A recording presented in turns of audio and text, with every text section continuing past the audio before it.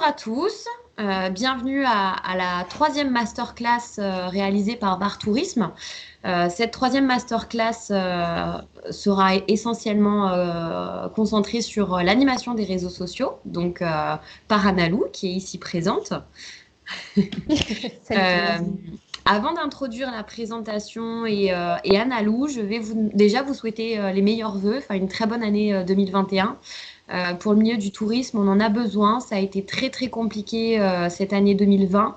Ce n'est toujours pas fini malheureusement, mais cette solidarité qui a grandi en tout cas sur notre territoire et fait en sorte à ce que toutes les institutions, tous les partenaires touristiques ont réussi à travailler main dans la main. Ça a été quelque chose d'assez, je dirais pas extraordinaire parce qu'on travaille déjà tous ensemble, mais qui a été remarquable. Je pense à tous nos offices de tourisme, à tous nos offices intercommunaux de tourisme, au comité régional de tourisme.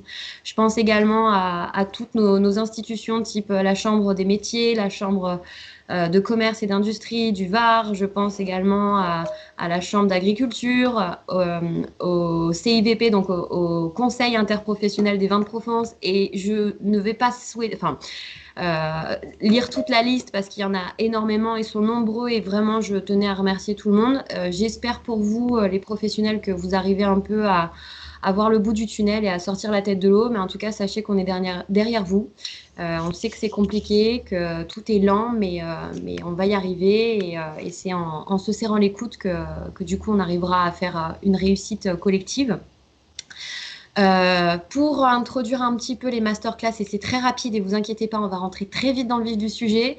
Les masterclass digitales donc, sont proposées par VAR Tourisme. L'objectif en fait de ceci, c'était de pouvoir vous proposer en fait des mini formations qui soient directement accessibles en ligne du fait du deuxième confinement qui a été orchestré dès fin octobre, début novembre.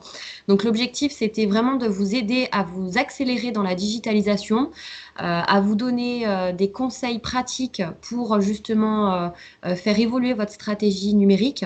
Et donc on a participé enfin on a surtout sollicité pas mal d'entreprises locales. Donc les trois quarts des masterclass sont des entrepreneurs varois qui vont justement vous donner des solutions, des conseils pratiques sur tout un tas de thématiques. Aujourd'hui, donc, nous avons l'honneur d'accueillir Analou Brémondi. Oui, merci de m'accueillir, c'est adorable. Qui Peut-être, a son... Vas-y, je t'en prie. ouais, tu veux que je me présente peut-être parce que Ouais. on ne se connaît pas tous. Donc moi, je suis très heureuse de vous retrouver évidemment et de participer à cette initiative solidaire qui a été mise en place par VAR Tourisme, que je remercie de sa confiance. Si Audrey, tu m'autorises, peut-être tu voulais parler des prochaines masterclass, on en parlera plus tard. Mm. Si tu m'autorises, j'attaque en fait pour Ouais. qu'on ait le temps d'échanger sur ces différents points. Juste un dernier point, si vous Oui. pouvez, je vois qu'il y a encore quelques caméras d'ouvertes. Si vous pouvez couper vos caméras, s'il vous plaît, c'est pour éviter en fait d'avoir des problèmes de connexion pendant la masterclass. Voilà. Et si vous souhaitez intervenir, sur le côté, vous avez un chat. Pour y parvenir, vous avez une espèce de petite bulle qui est en haut, où vous trouvez tous les boutons. N'hésitez pas à poser vos questions tout le long de la masterclass parce qu'on a coupé vos micros. Et du coup, on va faire 3 breaks à la fin de chaque chapitre. Donc, il y a 3 chapitres. Et comme ça, on pourra répondre à toutes vos questions. Voilà. Je te laisse la parole, Anna. Ouais, bon, je vais partager mon écran avec vous autour de cette masterclass. Donc, vous allez me dire si vous la voyez bien. Je pense que c'est OK. Cette masterclass que j'ai intitulée Se raconter sans se la raconter, parce que vous verrez que j'ai beaucoup d'humour sur les réseaux sociaux. Une masterclass que j'ai conçue pour vous, professionnels du tourisme. Vous allez voir un petit peu dans ma démarche, je vais vous expliquer un peu comment je l'ai conçue. 2 mots quand même sur qui je suis. Alors, c'est pas moi en photo, c'est Philippe Etchebest, vous l'aurez reconnu. Je m'appelle Analou Brémondi, je suis une journaliste de formation. Moi, j'ai fait des sciences politiques et j'ai pas du tout fait du journalisme politique. J'ai fait de la télé et j'ai fait des émissions de cuisine. C'est pour ça que vous avez Philippe Etchebest en photo. Ça a été mon patron pendant quelques années. Et donc, pendant de nombreuses années, j'étais à Paris et je faisais beaucoup d'émissions. en tant que journaliste. Et comme une bonne bobo que je suis, hein, je pense que je suis l'archétype de la trentenaire bobo, c'est-à-dire que j'ai 33 ans, je suis écolo, j'ai eu besoin de retrouver du sens dans mon travail. Donc, j'ai quitté Paris et la télévision pour revenir dans mon sud natal. Moi, je suis de Tifour-les-Plages et j'avais envie d'être utile et d'avoir un métier voilà, avec un petit peu plus de sens. Je pense que vous êtes nombreux aussi à avoir opéré des reconversions et pour faire du terrain, pour faire du local. Donc, je me suis mise à mon compte pour faire de la communication pour les entreprises et les marques de mon écosystème. Et en fait, j'ai un petit peu mis les pieds dans les réseaux sociaux sur le tard. C'est-à-dire qu'en 2016, je vous ai préparé, regardez, une slide avec mon premier feed. Celui que vous avez à gauche, c'est mon tout premier feed. C'est donc un feed, c'est peut-être cette vitrine Instagram. Hein, c'est la partie d'Instagram que vous voyez quand vous arrivez sur le compte de quelqu'un. Et je vous ai mis ma dernière publication, puisque depuis l'année 2020, je travaille pour Rue des Arts jusqu'à dans quelques jours, là, puisque le mandat va changer. Je suis tombée dans les réseaux sociaux comment parce qu'en fait, je suis allée travailler pour cette petite entreprise corse qui s'appelle Essence Naturelle Corse, que vous voyez sur la gauche. Et je me suis rendu compte qu'ils n'avaient pas de réseaux sociaux. Moi, je les utilisais un petit peu pour moi d'un point de vue personnel. J'avais un Instagram avec des photos de bouffe, hein, essentiellement. Et donc, je me suis mis à leur faire leur Instagram et leur Facebook de marque, quoi.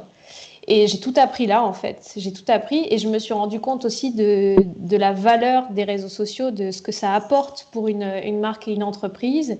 Et j'y reviendrai juste après. À droite, vous avez ma dernière publication, une de mes dernières publications. C'est pas moi qui ai fait la photo, hein, je le précise dans la légende. J'ai pas ce talent-là. J'ai très vite compris mes limites d'un point de vue photo, donc je fais appel à des professionnels la plupart du temps. Je voulais juste vous le préciser parce que je voudrais pas. Comme ça s'appelle se raconter sans se la raconter, il n'est pas question de vous mentir là-dessus. Ah, est-ce que vous voyez toujours mon écran? Parce que moi, c'est passé à autre chose. Ouais. Voilà. Donc, pourquoi, selon moi, les réseaux sociaux sont géniaux en ce qui vous concerne en particulier, pour vous qui êtes des entreprises? Pourquoi ils sont géniaux? Parce que je me suis rendu compte que ça permettait de communiquer au quotidien. En fait, dès qu'il y a quelqu'un qui rentre, je crois que ça bascule. Donc, je vais faire attention. Voilà.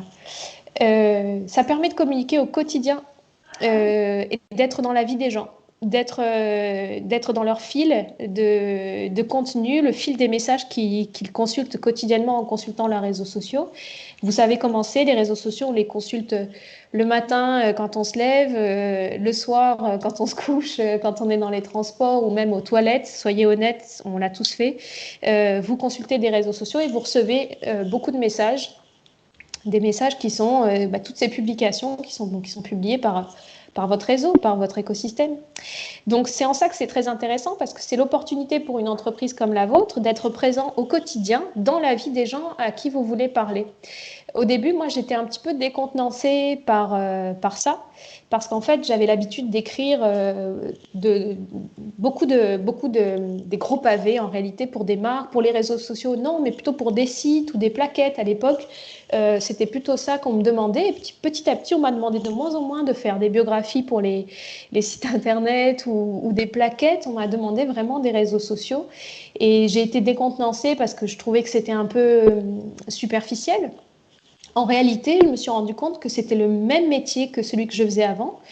On continue de raconter une histoire, mais la particularité, c'est qu'on la raconte un peu tous les jours. On distille le message un petit peu tous les jours. En ça, les réseaux sociaux sont vraiment extraordinaires. En plus, on est vraiment au contact de sa clientèle. Vous en êtes peut-être rendu compte si vous les utilisez déjà. Vous êtes à une portée de pouce des personnes à qui vous voulez vous adresser. Donc, que ce soit des clients qui sont déjà venus ou qui comptent venir, vous êtes en contact direct avec la clientèle. Vous pouvez avoir beaucoup d'informations sur elle. Vous pouvez échanger, vous pouvez apprendre à la connaître. C'est un peu ces choses-là qu'on va évoquer ensemble parce que ça me semble être une des des grandes plus-values des réseaux sociaux comparées à d'autres prestations de communication que vous avez peut-être déjà tentées, qui ont d'autres avantages, comme, je sais pas, vous avez peut-être déjà fait des flyers, vous avez peut-être déjà fait des passages en radio ou au cinéma, je sais pas, vous avez peut-être investi dans des choses comme ça. Vous ne pouvez pas être autant au contact de votre clientèle qu'avec les réseaux sociaux. Et puis, c'est ce que je vous disais, c'est un bon moyen de connaître ses clients et donc de progresser dans son offre, c'est-à-dire de coller vraiment aux attentes de ceux qui sont intéressés par ce que vous proposez. C'est important de bien les connaître, ces clients, pour s'adapter à eux. Vous vous êtes rendu compte que votre adaptabilité, elle a été très importante cette année. Donc, c'est quelque chose qui sera une force. Ça, les réseaux sociaux le permettent. Après, les réseaux sociaux, moi je trouve que c'est génial parce que ça permet cette communication ultra ciblée, mais c'est un des canaux d'acquisition possibles. C'est-à-dire que pour moi, il faut les prendre pour ce que c'est. Vous pouvez vous dire que vous basez toute votre communication sur les réseaux sociaux parce que ça a du sens, parce que pour vous, ça a du sens de publier beaucoup de contenu, d'être au contact des gens, d'échanger, mais c'est aussi un investissement en temps, on en reparlera. C'est peut-être pas le seul canal d'acquisition de clients qui peut vous correspondre, donc on réfléchira aussi un petit peu à ça, vous réfléchirez en fonction de votre activité, puisque vous avez, je crois, des activités différentes tous. Il faut le prendre pour ce que c'est-à-dire la possibilité de ultra cibler sa communication au jour le jour. C'est vrai que c'est plutôt des outils simples. Peut-être que des fois, vous êtes un peu découragé par tous les outils. Ça change très souvent que sont les réseaux sociaux. Aujourd'hui, on va parler principalement de Facebook et Instagram, qui sont peut-être les deux réseaux sociaux les plus indiqués dans vos activités. Vous connaissez les autres. Vous avez LinkedIn, qui est un réseau social professionnel qui fonctionne à peu près pareil. Vous avez Twitter, qui est un réseau social d'opinion. Vous avez aussi TikTok pour les plus jeunes d'entre nous. C'est un format vidéo. On peut en parler dans les questions si vous le souhaitez. Vous en avez d'autres. YouTube, par exemple, est considéré comme un réseau social. Aujourd'hui, on parlera essentiellement de Facebook et Instagram, qui sont des outils simples et peu coûteux. C'est-à-dire que si vous êtes là, je pense que c'est parce que vous envisagez d'internaliser vos réseaux sociaux, de le faire vous-même. Vous avez tout à fait les moyens de le faire et c'est pas très coûteux. Pour toutes ces raisons, les réseaux sociaux sont vraiment géniaux. Je ne sais pas si vous partagez cette opinion. J'espère vous convaincre de la valeur de ce qu'ils représentent.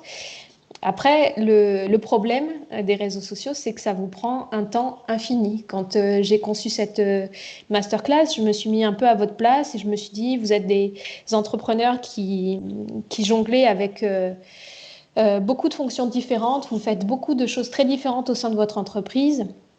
Et puis, vous avez un cœur de métier qui n'est pas la communication, qui n'est pas les réseaux sociaux, hein. C'est plutôt des métiers d'accueil, de service.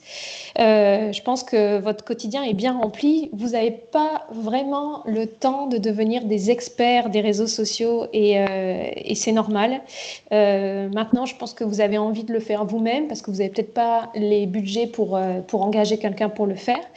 J'ai donc choisi pour cette masterclass de ne pas parler trop de technique. On ne va pas parler de performance et de reach.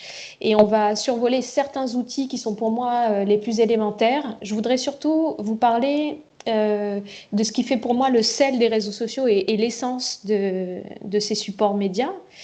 Pour moi, j'aimerais bien que vous repartiez de cette masterclass avec l'idée que c'est un plaisir d'animer ces réseaux sociaux, que ça peut ne pas vous prendre beaucoup de temps. À condition de bien réfléchir sur votre stratégie.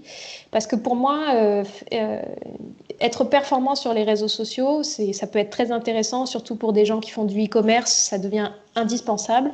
En ce qui vous concerne, je pense que la sincérité, l'authenticité et juste être correct sur la vitrine, avoir une vitrine propre et bien à jour, c'est déjà énorme en fait. C'est déjà beaucoup et vous aurez très vite des résultats en étant simplement vous-même. Donc, c'est ce qu'on va aborder ensemble. Il y a 3 chapitres. Il y a un premier chapitre qui s'appelle « Se raconter ». On va parler justement de tout ce qu'on peut dire sur les réseaux sociaux, comment on peut parler de sa marque, de son entreprise, de son établissement. Vous n'hésitez pas à poser des questions pendant ce chapitre au fur et à mesure. On les reprendra tout à la fin avant de passer au suivant qui concernera l'audience. Donc là, on va parler de se raconter. Et encore une fois, l'idée, c'est que vous preniez plaisir à le faire. Souvent, on n'est pas très à l'aise avec l'idée de parler de soi. Là, il s'agit vraiment de parler de ce que vous proposez, de votre offre en réalité. Alors, que dire sur les réseaux sociaux? Il y a beaucoup de choses à dire sur vous. Simplement, on va essayer de parler de la substantifique moelle qui constitue votre offre. Donc, voyez, par exemple, en termes d'identité, moi, j'ai choisi des slides avec du papier et du scotch. C'est pas très digital, tout ça, vous en conviendrez, parce que moi, je suis assez old school. Donc, ma méthode, quand on commence un travail sur l'identité des réseaux sociaux, c'est de définir l'offre et de lister, mais lister littéralement. Vous voyez, j'ai mis une petite photo d'un carnet, d'un stylo et d'un dictionnaire, parce que ça, c'est un peu tarte à la crème comme visuel. Listez vraiment ce qui vous définit, ce qui définit votre offre. Alors, c'est vrai que vous êtes nombreux aujourd'hui, d'ailleurs, je vous en remercie de votre confiance. Vous avez des activités très différentes. Il faut essayer de lister votre argumentaire de vente. C'est probablement quelque chose que vous avez dû faire quand vous avez lancé votre activité, de lister votre argumentaire de vente. Qu'est-ce qui fait votre supplément d'âme, votre différence? Tout ça, c'est important de le noter. C'est important de noter les mots, les adjectifs qui vous ressemblent, qui vous êtes en fait. Qu'est-ce que vous proposez à vos clients? Il faut donner du sens en fait à tout ce que vous allez faire sur les réseaux sociaux. Plus c'est direct et plus vous aurez des résultats, je pense, parce que quand on a intitulé cette conférence Se raconter sans se la raconter, vous n'avez absolument aucun intérêt à mentir sur les réseaux sociaux. Je pense qu'il faut vraiment aller au plus près de ce que vous êtes et ce que vous proposez. Si vous n'êtes pas une destination prestige, ça ne sert à rien de faire un truc haut de gamme. Il faut vraiment aller au plus près de ce que vous êtes. Si vous n'êtes pas du tout une destination aventure, c'est pareil, ne mettez pas des paysages complètement wild du Var, etc. Soyez au plus près de ce que vous êtes et ce que vous avez à proposer. Cette question de donner du sens, vous allez voir qu'elle revient très souvent. Parce qu'en fait, c'est le plus gros travail que vous allez avoir à faire. Et c'est absolument indispensable de le faire au tout départ dans votre process, en fait. C'est vraiment d'aller chercher le sens que vous voulez donner à vos réseaux sociaux. Je vous ai mis un petit schéma sur cette slide, un petit schéma qui est vraiment la leçon numéro 1 de la communication. C'est presque, comment dire, insultant de ma part de le remettre ici parce que je suis sûre que vous le connaissez par cœur, ce schéma. C'est le schéma de la communication. La communication, c'est un émetteur, un récepteur, un message. Pourquoi c'est important? Parce que vos réseaux sociaux, vous les adressez à cette fameuse clientèle qui vous suit au quotidien. Tous les jours, à ce récepteur qui est votre clientèle potentielle, vos prospects ou les clients que vous avez déjà eus et que vous voulez fidéliser, vous allez leur donner des contenus, vous allez leur donner des messages. Et donc, pourquoi c'est très important? C'est parce que tout ce que vous allez produire comme contenu à votre sujet, il s'adresse à ce récepteur et donc il doit s'adapter à votre récepteur. Si vous vous adressez à une famille, vous n'allez pas parler des mêmes choses que si vous vous adressez plutôt à des couples, parce que vous cherchez à avoir une clientèle plutôt de couple. Si vous vous adressez à des gens qui aiment justement l'aventure, vous n'allez pas faire les mêmes contenus que pour des vacances plaisir, farniente sur la plage. La question du sens, elle est présente du côté de l'émetteur. Vous êtes l'émetteur, c'est-à-dire qu'est-ce que je dis de moi et comment je vais le dire à mon récepteur, à mon client pour qu'il soit séduit en fait par ce contenu. Là, tout ça, c'est très rudimentaire, mais je pense que c'est important de se rappeler ce que sont les réseaux sociaux et pourquoi ça peut vous apporter quelque chose. Vous vous souvenez, on parlait du fait que c'est un moyen de donner des messages au quotidien en direct avec les gens. Et ben, c'est pour ça qu'il va falloir réfléchir dans vos contenus à ces éléments-là. Alors, comment le dire? Vous vous en êtes sûrement rendu compte sur les réseaux sociaux. Je pense que c'est le cas de quasiment tous, à l'exception peut-être de Twitter.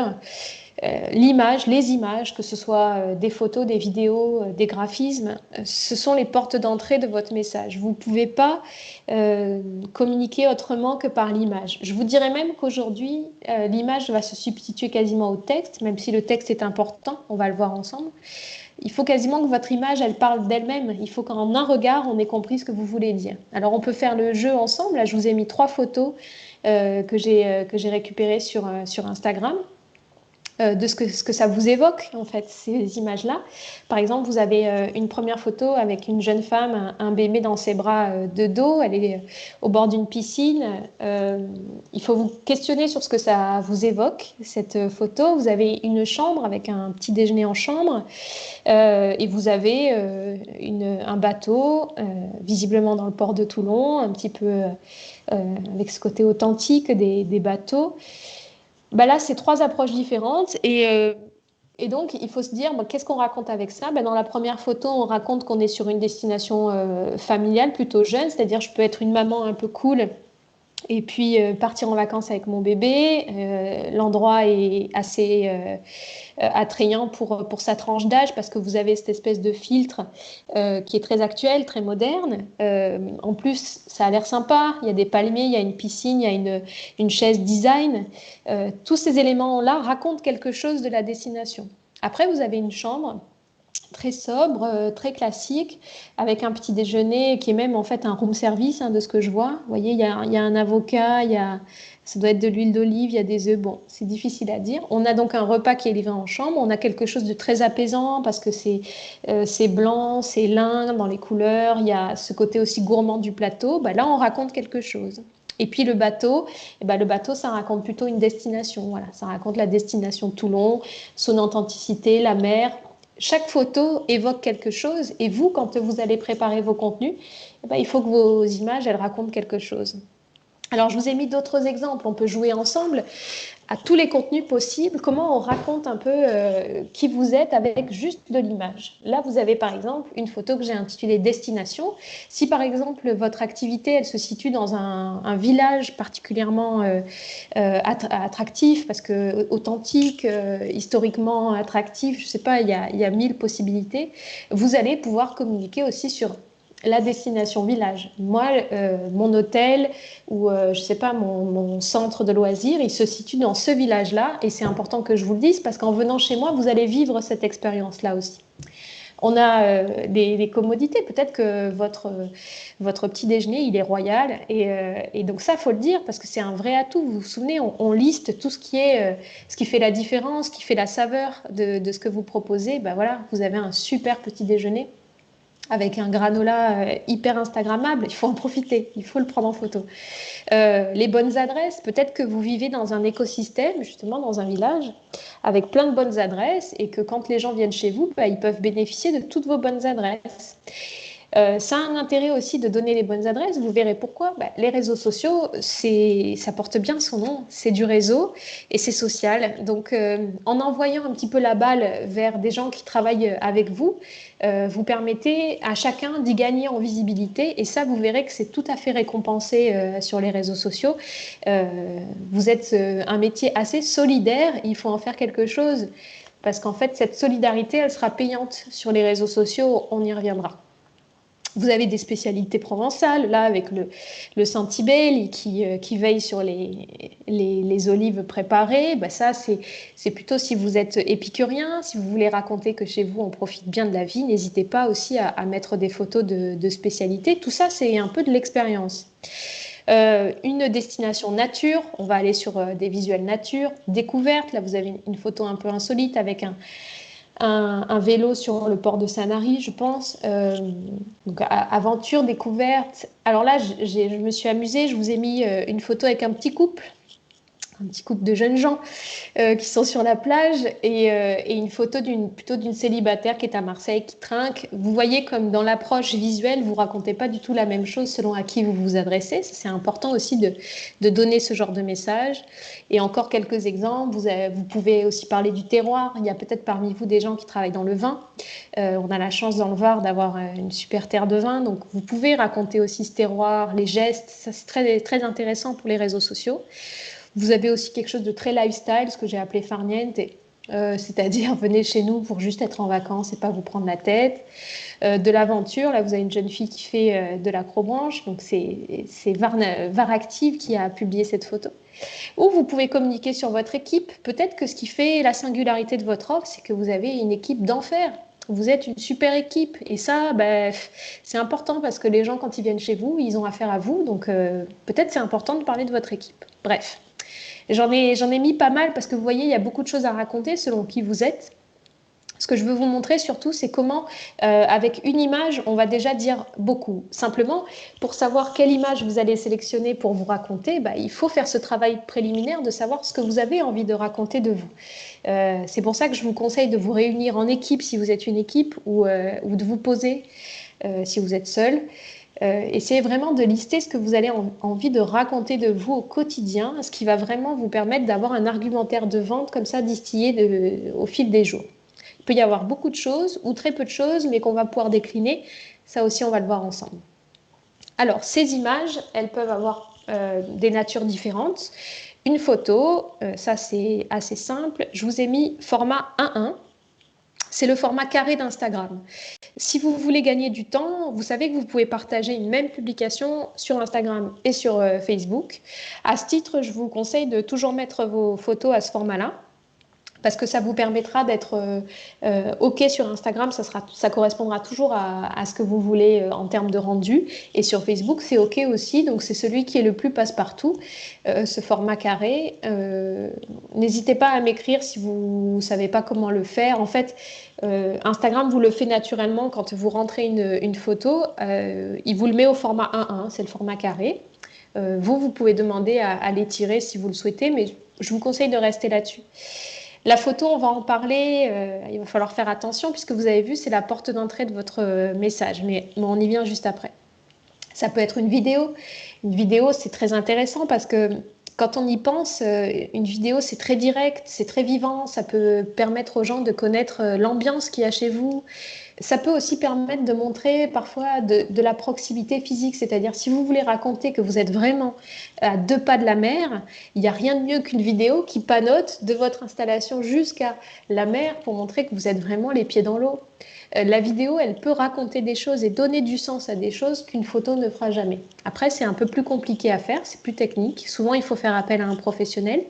Je vous ai mis les réels en sous-titres. Les réels, je ne sais pas si vous avez entendu parler de ça.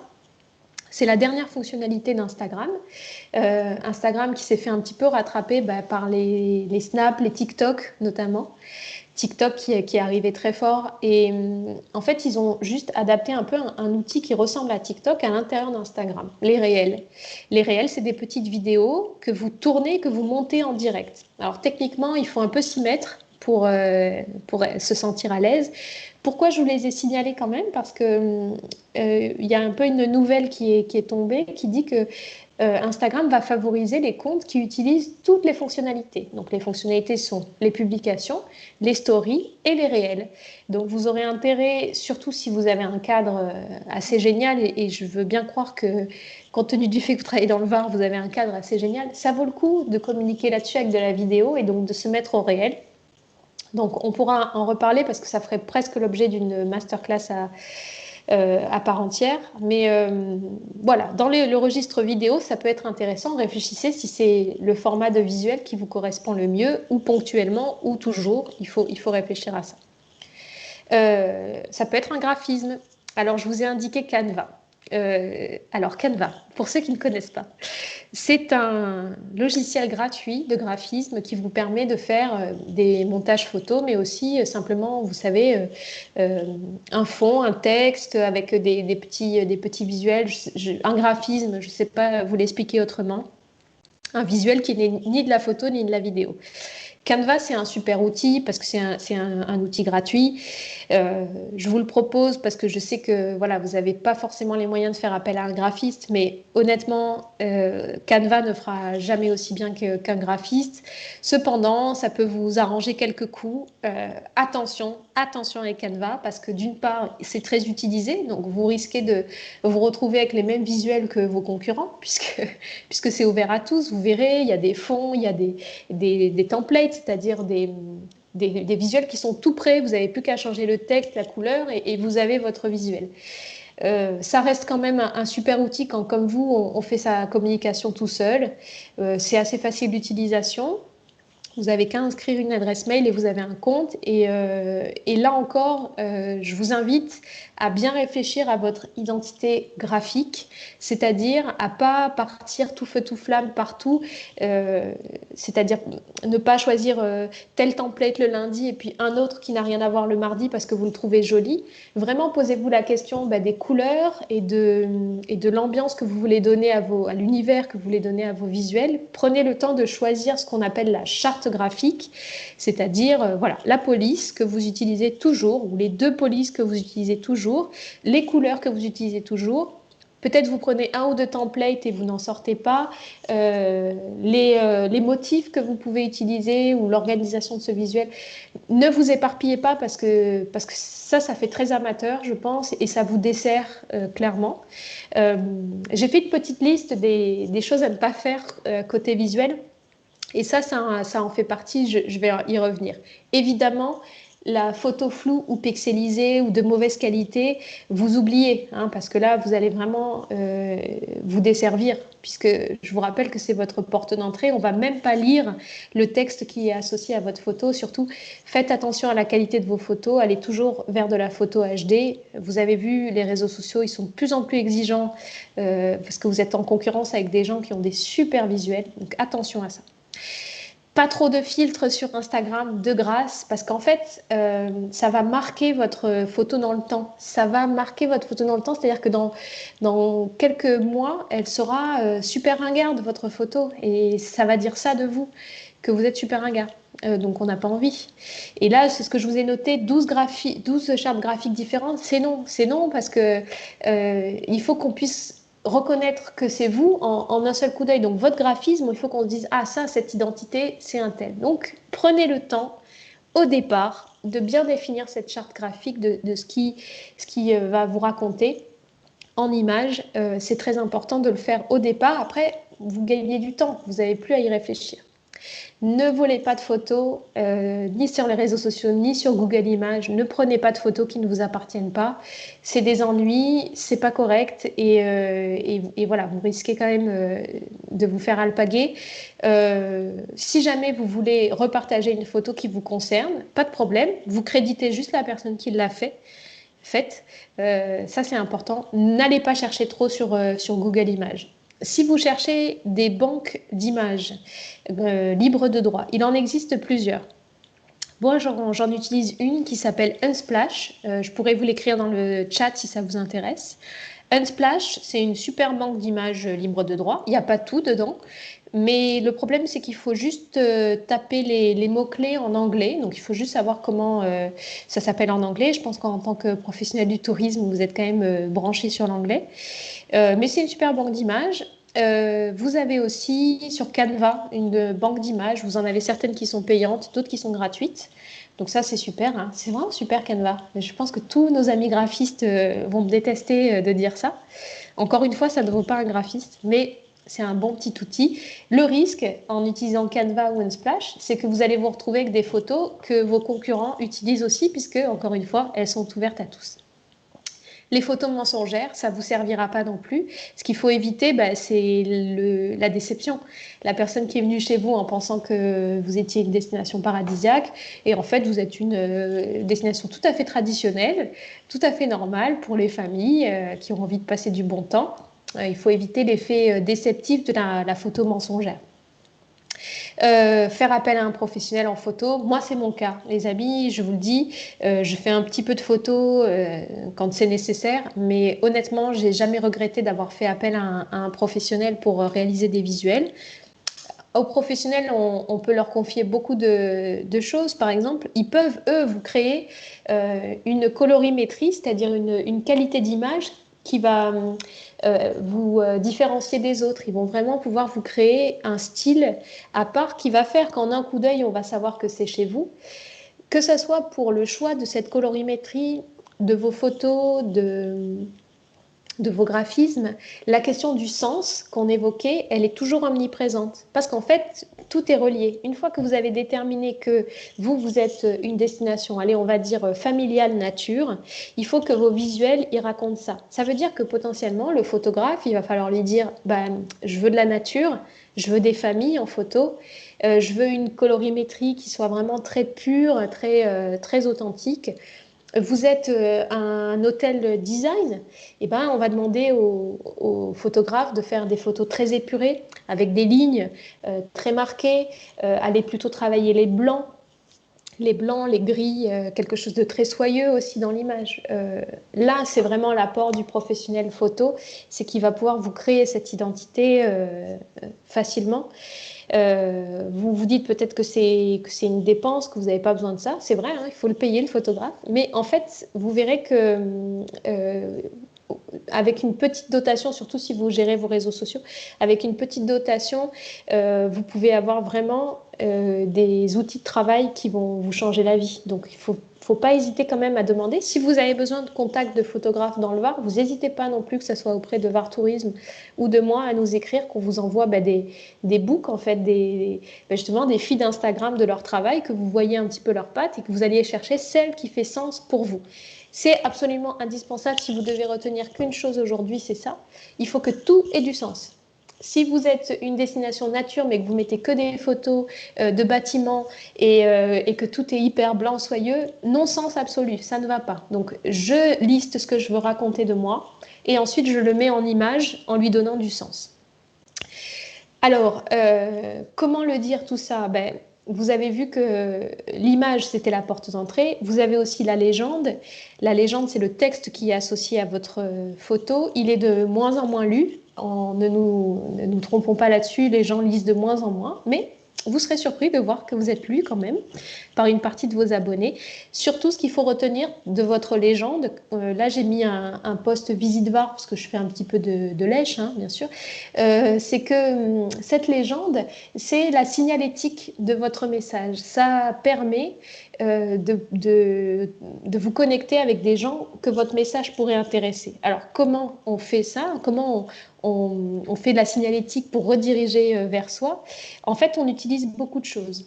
L'exergue, c'est le mot qu'on met en tout premier dans sa légende, parce qu'en fait, on se rend compte que c'est peut-être à minima ce qui va être lu de votre légende. Donc, il faut que, en tout premier, là, par exemple, Visite Var a choisi de mettre un hashtag avec marqué Monday Mood. Monday Mood, c'est leur exergue, c'est leur façon de définir la légende, le texte qui va suivre. C'est une accroche. C'est voilà de quoi on va parler dans cette légende et voilà de quoi parle cette photo. C'est le sous-titre de la photo. Il y a un petit texte, hein, donc on va toujours choisir un texte plutôt court. On va développer qu'une seule idée par légende. Si vous avez beaucoup de choses à raconter sur votre établissement, prenez le temps de tout découper en petits contenus. Vous n'avez pas besoin de tout dire dans une seule publication. Là, vous voyez, c'est intéressant parce qu'au final, c'est un peu impressionniste comme publication. Vous avez juste ce coucher de soleil avec ses lumières. Il y a une ambiance qu'ils ont eu envie de publier un lundi. On sait que le lundi, on n'est pas toujours de très bonne humeur et ils se sont dit, tiens, cette photo, elle va un petit peu égayer le quotidien des gens qui nous suivent parce qu'elle est jolie et parce qu'elle raconte une parenthèse, une impression, une ambiance dont ils ont été témoins. Donc, ce texte, il ne raconte que ça. La magie de Noël illumine le port de pêche de Sanary-sur-Mer. Belle semaine à tous. Oui, puisqu'on est lundi. Ils ont dit où c'était et qui a fait la photo. Alors moi, je vous dis oui aux emojis. Oui, 100 fois oui, ça donne de la pêche aux légendes. Ça permet aussi de faire des petits clins d'œil humoristiques. Ça permet de raconter aussi des choses. À nouveau, la question du sens, elle est présente.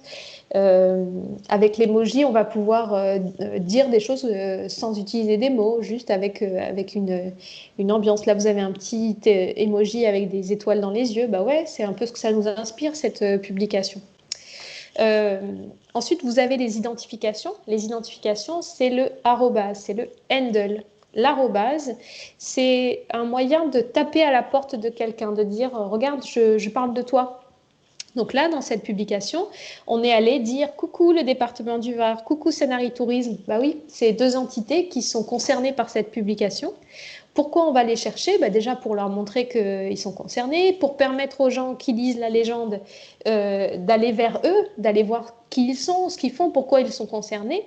Et puis c'est aussi une invitation à partager cette publication. Regardez, on parle de vous, n'hésitez pas à la partager ensuite pour qu'elle puisse avoir une visibilité plus grande. Les identifications, c'est ce que je vous disais tout à l'heure par rapport au fait que un réseau social, c'est du réseau, c'est du social. On a intérêt à se renvoyer la balle les uns les autres parce qu'en fait, vous verrez que ça pousse à partager et le fait de partager, tout le monde en profite en réalité. Vous mettez en commun vos communautés, donc vous en profitez. N'hésitez pas à penser toujours à une petite identification dans vos légendes, toujours parler d'un fournisseur, d'un collègue, d'une personne qui vient chez vous aussi. Vous pouvez parler de vos clients s'ils sont d'accord, vous pouvez les identifier. L'idée, c'est de faire du lien. Vous gagnerez toujours à faire du lien. Là, vous voyez, la photographe est identifiée aussi, Magda in Provence.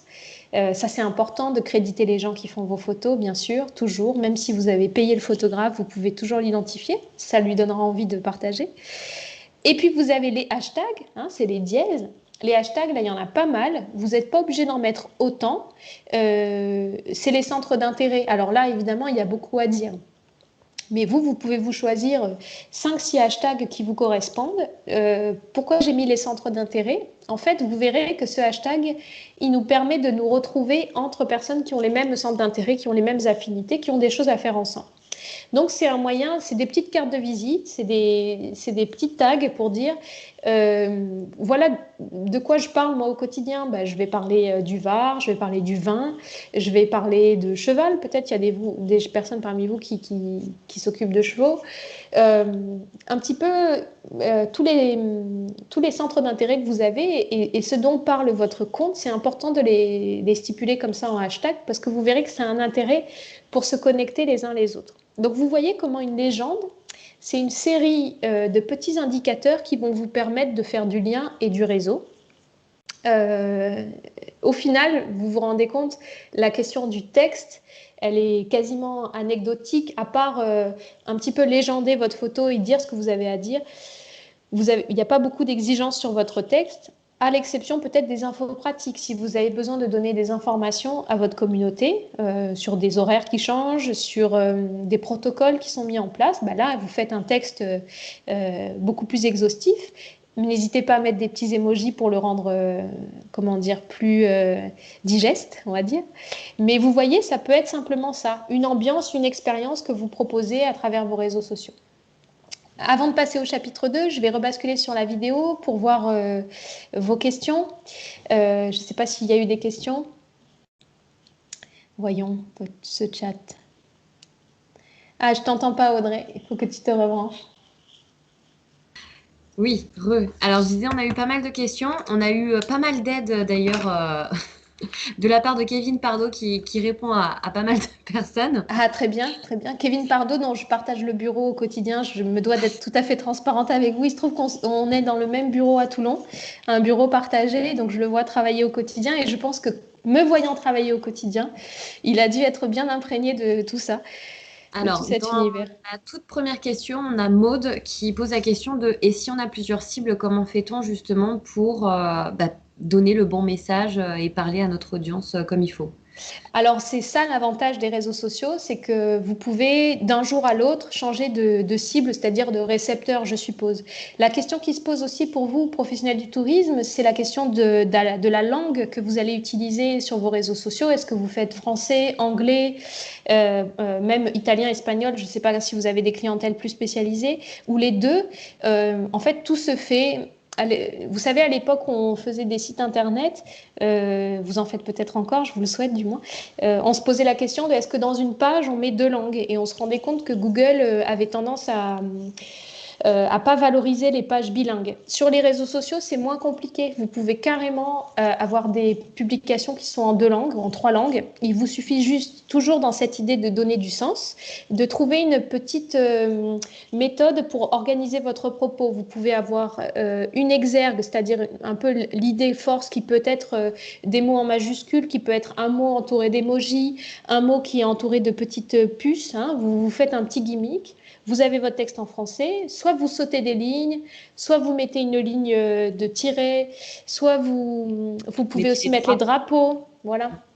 Vous trouvez l'organisation de la légende qui vous permet de donner votre message de manière très lisible, très claire et pourquoi pas en plusieurs langues. Ça, j'aurais dû peut-être vous le dire sur l'exergue. L'exergue, c'est vraiment ce tout premier mot des légendes sur les réseaux sociaux. Vous lui donnez la forme que vous voulez. Vous verrez, il y a beaucoup d'exemples possibles. Moi, j'ai tendance à utiliser les majuscules d'une part. Ça me semble, j'ai l'impression que ça ressort mieux. Et en général, soit je mets un petit emoji ou 2 emojis ou des petites plus de texte qui sont juste ces petits ronds, voilà, pour faire ressortir l'exergue. Et j'hésite pas ensuite à aller à la ligne pour le reste, puisque je me rends compte aussi que ça ressort pas des masses les textes. Après, je suis toujours surprise. Hein. C'est-à-dire, des fois, je fais des longs textes et je me rends compte que les gens ont lu jusqu'à la fin, mais c'est quand même assez rare. C'est quand même assez rare. Une personne, donc Elia, pose la question, l'entreprise pour laquelle je travaille a un compte Facebook qui a été créé comme un compte particulier. Puis-je le convertir en Facebook professionnel? Alors, je pense qu'elle ne parle pas de Facebook professionnel, mais de page. Oui. Et non. Si c'est un profil, hein, je crois que j'ai bien compris, un profil, on ne peut pas le convertir. Il faudra recréer une page. Alors, vous verrez d'ailleurs, dans les pages Facebook, vous avez plusieurs organisations possibles qui sont en fait simplement certaines pages ont des rubriques en plus. Des rubriques en plus, voilà. Par exemple, si vous souhaitez recruter sur Facebook, vous avez aussi la possibilité de publier des offres d'emploi, des choses comme ça. Bon, il faut un peu se mettre dedans. Vous pouvez m'écrire si vous voulez qu'on regarde ensemble. Mais une page pro, c'est ce qu'on appelle une page. Hein. Vous pouvez la reconvertir, mais pas d'un profil à une page. Et pour ne peut-être pas perdre l'audience, ce qui est possible de faire, c'est de faire un post pour prévenir que vous allez créer une page pour vous professionnaliser un peu plus. Comme ça, vous informez toute votre communauté, comme quoi vous basculez sur une page. Et ensuite, vous pouvez, à partir de la page, inviter toutes Voilà. vos personnes pour justement ne perdre personne. Tout à fait. Vous pourrez inviter tout le monde en direct, y compris laisser un petit mot. Je vois un message de Hervé, Cote ou Cotès, pardon si j'ai abîmé votre nom. Effectivement, vous avez des paramètres pour publier en plusieurs langues. N'empêche qu'il faudra rentrer les textes hein, pour être très précis sur vos messages. Mais effectivement, vous pouvez avoir, si vous voulez, en visuel, une langue ou l'autre selon qui est votre cible. Ça aussi, c'est des petites manips qui se font assez facilement, qu'on pourra regarder ensemble.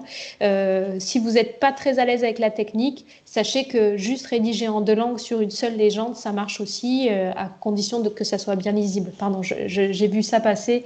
Je me disais qu'avant qu'on passe à autre chose, c'était peut-être important.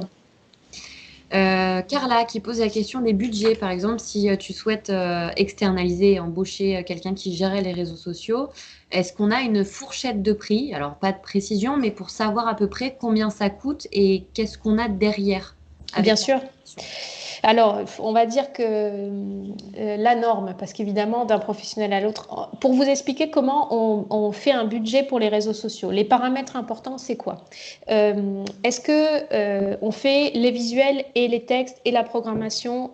Ça, c'est une première chose. Est-ce qu'on s'occupe aussi de toute l'audience? Parce que, par exemple, ce qui peut arriver, c'est que vous avez besoin de quelqu'un juste pour publier des photos et des légendes et s'occuper de faire tourner ça, mais vous voulez garder le lien avec votre communauté. C'est vous qui répondez aux messages privés, c'est vous qui répondez aux commentaires, parce qu'en fait, vous incarnez aussi votre entreprise, donc vous avez besoin de rester au contact des gens, vous vous occupez que de ça.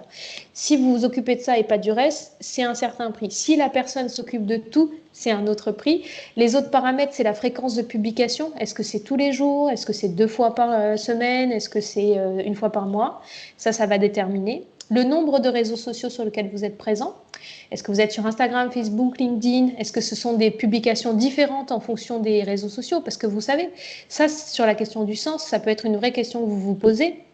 Vous verrez que vous n'avez pas la même clientèle sur les réseaux sociaux, les différents réseaux sociaux.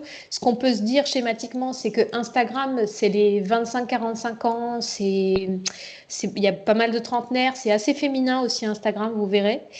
Facebook, vous avez des gens qui sont un peu plus âgés que ça maintenant. Donc vous avez une clientèle qui est un peu plus vieille. Ouais, plus senior, comme on dit.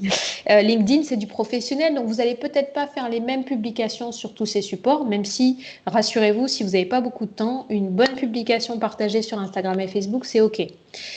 Mais donc, votre community manager, il va vous demander ça. Est-ce qu'il faut que je fasse des publications différentes ou est-ce que je fais la même? Et là, déjà, vous avez en termes de paramètres de tarification des choses différentes. Je pense que les plus petits forfaits de réseaux sociaux, on va dire que ça doit être autour de 300 ou 350 euros par mois. N'hésitez pas, je crois qu'il y a des confrères et des consoeurs qui participent à commenter là-dessus. Moi, je dirais ça, 300, 350 euros. Vous avez 2 publications semaine propres, quelque chose comme ça, avec peut-être une gestion de l'audience de base, par exemple, des gens qui ne vont pas forcément essayer de faire grandir votre audience, qui vont juste laisser les réseaux sociaux vivre, je dirais ça. Donc là, vous avez juste une présence minimum et des réseaux sociaux à jour à ce prix-là. Après, ça peut chiffrer pour un truc vraiment, je dirais... une machine de guerre avec 5 à 7 publications semaine, ça va sûrement être entre 750 euros, 1000 euros selon la prestation associée. Après, il faut toujours se poser la question de la conversion, c'est-à-dire que ça marche très bien quand vous vendez un produit parce qu'en fait, à force de bastonner avec des liens bien traqués, vous vendez, donc vous remboursez un petit peu cet investissement-là. Quand on fait des réseaux sociaux vitrines, c'est plus difficile de sentir la conversion. Vous, ce que vous pouvez faire, par exemple, c'est bastonner sur la saison des réservations. Vous pouvez dire, je prends quelqu'un 4 mois pour remplir ma saison. Ça, c'est envisageable. Je pense que la plupart des professionnels, ils sont OK pour faire, pas faire à l'année, vous voyez, faire vraiment sur des périodes avec une campagne. Vous pouvez aussi suivre cet investissement en demandant des liens qui sont traqués, c'est-à-dire qui vient des réseaux sociaux vers ma plateforme de réservation. Demandez aussi à vos clients d'où ils viennent pour savoir si ça vaut le coup. C'est sûr que je pense que vous êtes beaucoup là pour vous dire allez, on va le faire nous-mêmes parce que ce que je comprends très bien. Donc, je pense qu'à ce titre-là, ça vaut plus le coup de mettre des sous chez un photographe ou un vidéaste pour vous faire des super contenus que vous n'avez plus qu'à publier. Et à cette question-là, moi, j'ai parfois des enveloppes de 250 euros et j'arrive à avoir des portfolios qui me permettent de travailler... allez, 2 mois et demi, joliment, quoi. Donc, parfois, on pense que c'est très cher, mais en fait, ça rapporte pas mal de faire de la photo pro. Okay. On va continuer, on va accélérer. Faut-il supprimer des postes d'un feed existant pour repartir sur de bonnes bases? Question de Marie. Alors, tout dépend du fil existant, mais moi, je l'ai eu fait parfois, quand c'était vraiment trop loin de l'identité. J'ai eu fait, ou moins de trier les publications.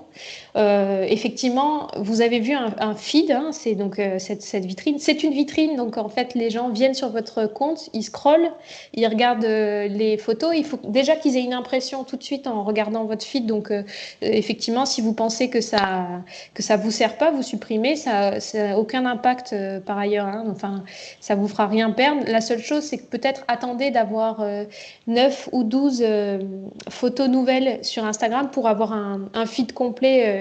Vous voyez ce que je veux dire? Quand on arrive sur votre compte, on voit déjà un peu un univers qui est établi, que ça fasse pas trop débutant. Mais sinon, oui, pourquoi pas. Autre question, comment se familiariser avec les outils des réseaux sociaux? L'utilisation, la pratique. Eh bien, il faut pratiquer. Il faut pratiquer. Alors, c'est plutôt instinctif, les réseaux sociaux. Je vous conseille de le faire. Je ne sais pas si vous avez un Instagram et un Facebook perso, mais vous pouvez vraiment aller explorer en perso. Après, les Instagram professionnels, ils ont plus de fonctionnalités, c'est plus intéressant. Il faut un peu y aller. Je pense que votre audience, elle vous pardonnera des égarements parfois. Il faut juste vous y mettre. C'est comme tous les logiciels, c'est comme toutes les machines. Il faut s'y mettre un peu. Il faut passer un petit peu de temps au démarrage. Et après, ça roule tout seul. C'est des outils assez pratiques, hein. C'est pas mal foutu. C'est juste que vous avez une fonctionnalité qui sort tous les trimestres. Donc, il faut se tenir un peu au courant. Mais de la pratique, je dirais. Margot et Vanda, là on est sur les hashtags. Ouais. Est-ce que les hashtags sont obligatoires sur Facebook? Et que pensez-vous de l'utilisation des hashtags en 2021? Est-ce toujours efficace? Alors sur Facebook, ça l'est de moins en moins, pour être tout à fait honnête. C'est pour ça, je pense que vous en gardez quelques-uns. Ça reste quand même du mot-clé, ça reste du tag. Donc je pense qu'à la marge, ça peut toujours servir pour les personnes qui utilisent Facebook comme un moteur de recherche. Ça reste extrêmement utile sur Instagram puisque c'est un moyen de trouver des profils qui vous ressemblent. On va en parler dans ce deuxième chapitre sur l'audience. Donc sur Instagram, je pense qu'il reste toujours aussi important. J'ai vu passer un truc sur comment savoir quels sont les hashtags efficaces. Bah, c'est très simple. Vous tapez votre hashtag sur Instagram et vous regardez s'il a été très utilisé ou non et quelles sont les publications associées à ce hashtag. Si c'est ce que vous voulez dire, vous l'utilisez. Certains d'entre vous ont peut-être aussi, quand vous le tapez sur votre téléphone, vous avez le nombre de fois où il a été utilisé qui s'affiche. Ben voilà, un hashtag qui est peu utilisé, c'est ultra ciblé, quoi. C'est même une niche. Qui est très utilisé, ça peut valoir le coup, sauf si vous êtes perdu dans la masse. Là, c'est pas très intéressant. On va en parler dans l'audience, justement. Juste un point, je me permets. Les hashtags, on est bien d'accord qu'il n'y a pas d'espace entre le mot et le hashtag. Je vous ai mis un exemple, bon, on voit à l'envers, mais c'est pas grave, ça vous donne une idée. Donc, pas d'espace, surtout, sinon ça ne sert à rien, votre hashtag ne marche pas. Et si vous avez plusieurs hashtags, ne les collez pas. Il faut mettre un espace entre chaque mot. Pour que ça marche. Parce que c'est des erreurs qu'on voit très régulièrement sur les réseaux sociaux. Il faut faire attention parce qu'il n'y a plus aucune utilité s'ils sont mal utilisés. Tout à fait, ça clique plus, quoi, ça marche plus. Regardez aussi la question des accents, puisqu'en français, on a pas mal d'accents. Parfois, vous avez, je sais pas, si vous faites réseau, vous avez 2000 fois ce hashtag utilisé, vous faites réseau sans l'accent, ça double ou ça triple. Donc, il faut juste regarder un petit peu les hashtags que vous choisissez, que vous utilisez fréquemment, s'ils correspondent bien à ce que vous voulez dire, quoi. On peut être surpris aussi parfois, surtout des trucs en anglais, on peut être surpris de ce qui a été associé. Mais oui, je pense qu'en 2021, ça reste, surtout sur Instagram, un outil précieux, les hashtags. En tout cas, c'est une bonne ressource pour trouver des nouveaux profils. Et moi, je m'abonne à des hashtags. On va en parler. On passe à la suite? Oui, on va passer à la suite.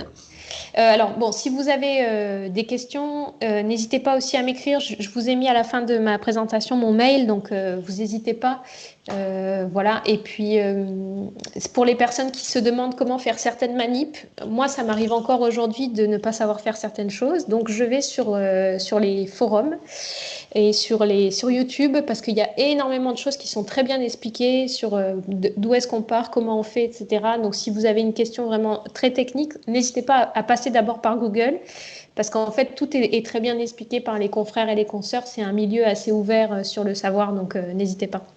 Ok, on continue. On va parler justement de cette audience puisque ça vous concerne. Je vais réouvrir ma présentation, pardonnez-moi. Je vais vous remettre dessus. Hop. On va partager. Voilà, on en était là. Donc l'audience, c'est important. Pourquoi? Parce que vous pouvez faire le plus beau post du monde. Si personne ne le voit, ça ne sert à rien, puisqu'on rappelle que vous essayez quand même d'avoir des clients qui viennent chez vous.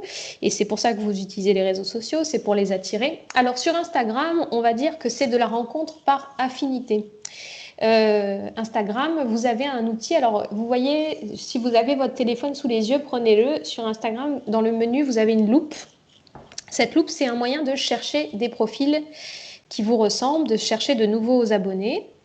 Et donc, vous avez plusieurs façons de trouver ces nouveaux profils. Vous avez par les noms. Alors, c'est intéressant, pourquoi? Moi, par exemple, quand je travaille pour un restaurant, je vais aller chercher les noms où il y a le nom de la ville dans laquelle est le restaurant. On va dire par exemple Toulon.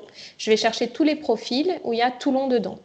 Je vais chercher aussi par exemple 83. Je vais regarder un petit peu 83, tous les profils qui ont 83. Et puis on peut aller chercher des trucs plus spécifiques.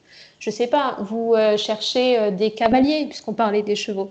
Essayez de regarder justement avec les mots cavalier, chevaux, s'il n'y a pas des profils qui sortent, ces gens-là, c'est quand même des personnes qui vont être intéressées par vos contenus, soit par la proximité, soit par le centre d'intérêt. Donc, recherche par nom. Ça sert aussi tout simplement à chercher une personne dont vous connaissez le nom. Il faut être aussi assez pragmatique. Vous avez aussi la recherche par hashtag, par centre d'intérêt. Le hashtag, c'est super. Donc, vous allez rentrer les hashtags que vous utilisez. Vous allez regarder les publications associées. Et là, vous avez deux méthodes. Il y a la méthode petit joueur, mais qui franchement fait ses preuves. Il ne faut pas cracher dessus. C'est vous allez liker les publications qui vous ressemblent, qui vous parlent. Liker, c'est je double-clique avec le pouce sur la photo, il y a un petit cœur qui apparaît, c'est gagné. Si vous êtes un peu plus olé olé, vous pouvez vous abonner aux personnes que vous trouvez intéressantes. Moi, je vous conseille de le faire. N'ayez pas peur, dans un premier temps, d'avoir plus d'abonnements que d'abonnés. On s'en fout un peu. Ce qui compte, c'est que vous ayez des gens qui vous ressemblent. Ça ne sert à rien d'avoir des milliers d'abonnés. Ça ne sert à rien d'avoir 10K dans vos abonnés. Ce qui compte, c'est que votre audience, elle vous ressemble, elle vous correspond et que ces gens, ils aient envie à la saison prochaine de venir chez vous. Donc, il faut super travailler son audience, super cibler. Et là, vous n'aurez pas besoin d'en avoir beaucoup pour avoir du résultat intéressant. Donc, les centres d'intérêt, vous avez les hashtags. Vous pouvez vous abonner aux hashtags. À quoi ça sert? Vous, quand vous allez vous balader sur votre propre fil d'actualité Instagram, tous les gens qui vont utiliser ce hashtag, vous allez voir leurs publications. Tiens, celui-là, il me ressemble vachement. Je m'abonne ou je like.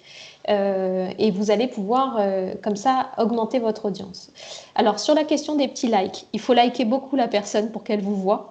Donc, n'hésitez pas, hein, vous prenez son feed et vous likez tout. Et là, la personne vous voit de manière répétée et va se dire, mais tiens, qui est cette personne? Et vous avez une chance sur deux qu'elle vous ajoute aussi. Ça ne marche pas à tous les coups. C'est pareil pour l'abonnement. Quand vous likez, que vous vous abonnez, la personne, elle se dit, ah tiens, on a des points communs, on a peut-être quelque chose à faire ensemble. Vous ne pouvez pas l'obliger à s'abonner à vous, mais c'est un bon moyen d'attirer son attention. Vous avez aussi la recherche par géolocalisation. Vous rentrez votre ville, par exemple, pour avoir des gens autour de chez vous. Ou peut-être que vous cherchez plutôt des gens à certains endroits de France ou du monde. Peut-être que vous cherchez des clients anglais ou allemands, parce que c'est plutôt votre clientèle. Il va falloir aller les chercher comme ça. Vous allez rentrer des villes ou des pays et vous allez pouvoir aller les récupérer comme ça. Donc, rencontre par affinité sur Instagram. On se jauge, on se like, on se dit qu'on a des points communs et on espère que ça va convertir. Voilà, c'est comme ça qu'on fait. On parlera aussi plus tard du boost, peut-être plus pour la partie Facebook. Le boost, ça permet aussi de rentrer dans l'univers de gens qui ne vous connaissez pas encore. Ça peut être intéressant dans votre cas. Sur Instagram, donc ce que je peux faire, c'est m'abonner au profil. Vous pouvez aussi, quand vous êtes sur le profil de quelqu'un qui vous ressemble, qui est vraiment votre client idéal, votre client type, vous avez une petite flèche qui vous permet de regarder à qui il est abonné ou des profils qui lui ressemblent aussi. L'algorithme traite et dit tiens, ça ressemble à ce profil-là. Vous ajoutez tout le monde, hein. Vous faites confiance à l'algorithme, c'est que c'est des gens qui vous ressemblent. Ou vous regardez dans les abonnés de la personne s'il y a justement des noms, des choses qui vous interpellent. Vous allez vraiment faire de l'ultra personnalisé. Allez vers les clients que vous voulez avoir ou qui vous ressemblent, qui sont comme vous, et vous allez comme ça tisser le réseau petit à petit. C'est un peu manuel, hein, c'est un peu artisanal comme méthode, ça marche bien, il faut prendre un peu de temps. Vous pouvez vous abonner au hashtag et je vous disais, vous pouvez les liker aussi, hein. Ça c'est un petit résumé de ce qu'on évoquait. Sur Facebook, c'est le système des amis de mes amis sont mes amis.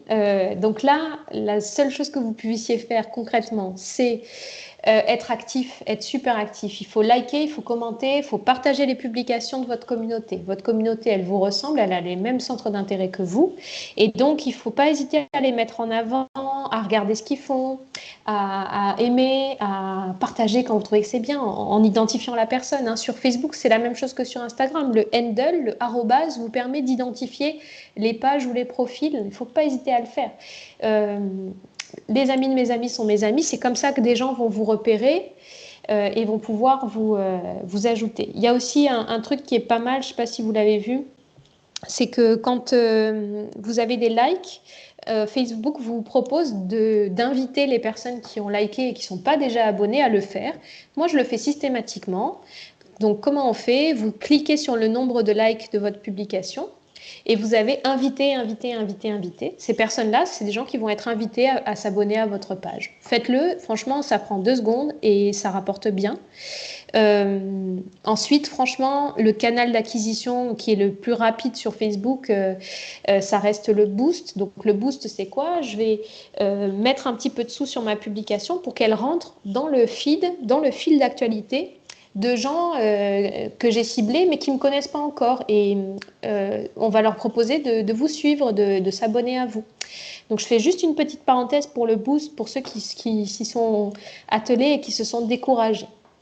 Donc, en dessous des publications, vous avez un rectangle bleu qui s'appelle Boost, booster la publication, promouvoir parfois. Et là, on vous demande plusieurs choses. Donc, on va juste faire le tour ensemble. Déjà, on vous demande votre objectif. C'est quoi votre objectif? Vous voulez discuter avec les gens? Ça veut dire recevoir des messages, donc potentiellement des réservations. Est-ce que vous voulez juste vous faire connaître, avoir des likes, avoir des partages, des abonnements? Est-ce que vous voulez que les gens que ça intéresse, ils aient un petit questionnaire en fait, c'est un système de prospection. Hein. Il faut définir votre objectif. Alors là, par exemple, Facebook vous propose de le faire pour vous. En fait, il regarde un peu ce que vous faites, comment vous vivez sur Facebook et il choisit pour vous. Honnêtement, choisissez vous-même, vous savez ce que vous avez envie de faire. De cet objectif découle un bouton. Ça aussi, on vous propose de le choisir, ce bouton. Vous n'en mettez aucun, ou vous pouvez mettre réserver avec un lien vers votre site de réservation, en savoir plus avec un lien URL aussi vers votre site internet, par exemple. Acheter vers un e-shop, s'inscrire, justement, ça peut être, vous avez peut-être un lien d'inscription, je ne sais pas, un peu comme fait VAR Tourisme. Des choses où il nécessite une inscription. Envoyer un message, donc ça va ouvrir le pop-up pour vous écrire en direct. Et vous avez même envoyé un message sur WhatsApp. Si vraiment vous voulez rater aucun message en direct, vous pouvez le faire. Je définis donc mon objectif. Vous voyez comment la question du sens, elle est omniprésente. Qu'est-ce que je veux faire avec cette publicité? Pourquoi je veux me faire connaître? Et comment je veux que les gens viennent à moi? Il faut toujours se mettre à leur place, hein. C'est l'expérience client. Quel chemin ils vont faire jusqu'à moi, ces gens? Qu'est-ce que je veux leur raconter sur le chemin? À qui je m'adresse? Encore une fois, ça c'est très important. Chez qui vous allez venir mettre des contenus? Alors, l'audience, vous avez Facebook qui vous en propose une automatique, mais vous pouvez aussi la faire. Vous la personnalisez entièrement. Donc, regardez, à gauche, vous avez audience. Vous avez une audience qui a été préconçue par Facebook. Ils ont choisi des gens en France entre 18 et 65 ans. C'est très large. Vous pouvez aller chercher les gens qui aiment déjà votre page. Peut-être que vous avez une promotion à faire valoir, que vous voulez vous adresser qu'à eux. Les gens qui aiment votre page et leurs amis. Là, vous avez vraiment un ciblage qui est intéressant, c'est-à-dire les amis de mes amis vont sûrement s'intéresser à mon contenu. Les gens qui sont autour de vous, ça peut être ça, toutes catégories confondues. Et là, j'ai des audiences que j'avais déjà enregistrées. Par exemple, quand je travaille en Corse, j'ai une audience qui est déjà prête, qui est déjà enregistrée. Vous pouvez enregistrer différentes audiences. À la question de la personne qui disait quand on a plusieurs cibles, vous faites des campagnes différentes aussi avec des audiences différentes.